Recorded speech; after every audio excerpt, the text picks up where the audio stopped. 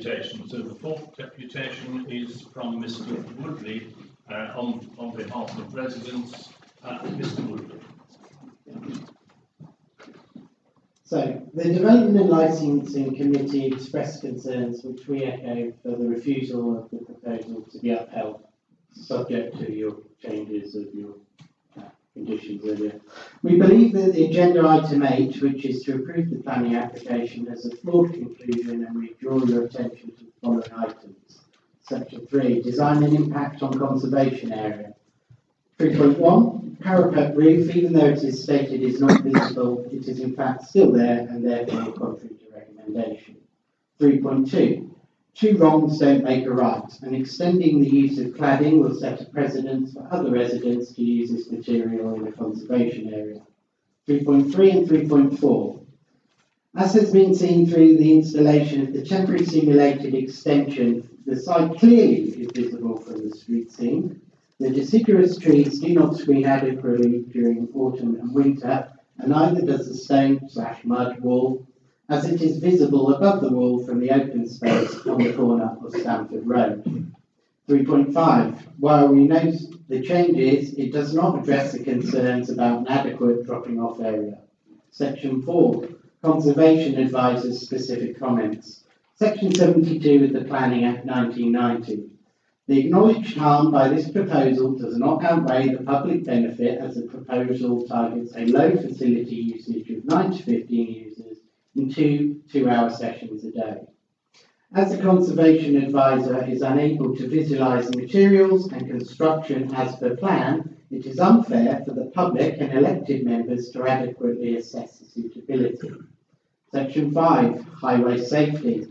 The proposed parking facility at the museum, though 120 metres and one main crossing away, exposes mothers with young children and modern-sized buggies to an exaggerated risk due to the lack of site suitability for on-site parking.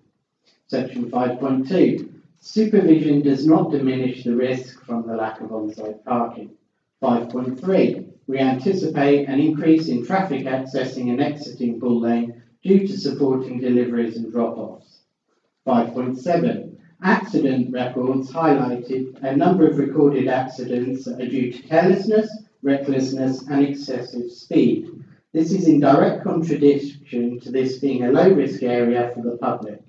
Clearly, the lack of a speed survey demonstrates a lack of due diligence in the submission as evidence. Absence of zebra crossing site suitability does not remove the need for a zebra crossing to protect the public. Parking. The lack of a quick fix, as referenced, does not provide safeguarding for the public. 5.8. The evidence in the form of accident reports with no other evidence-based assessment actually highlights the safety concerns for refusal. And finally, the formal objections to the planning do not reflect the actual opposition felt by the general community. We would like the elected members to consider that when you have choices that seem hard to make, listen to the will of the people, and the choices are always easy.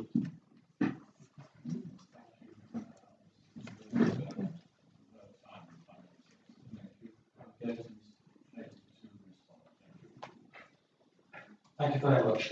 I think most of the points that you've raised have been covered previously.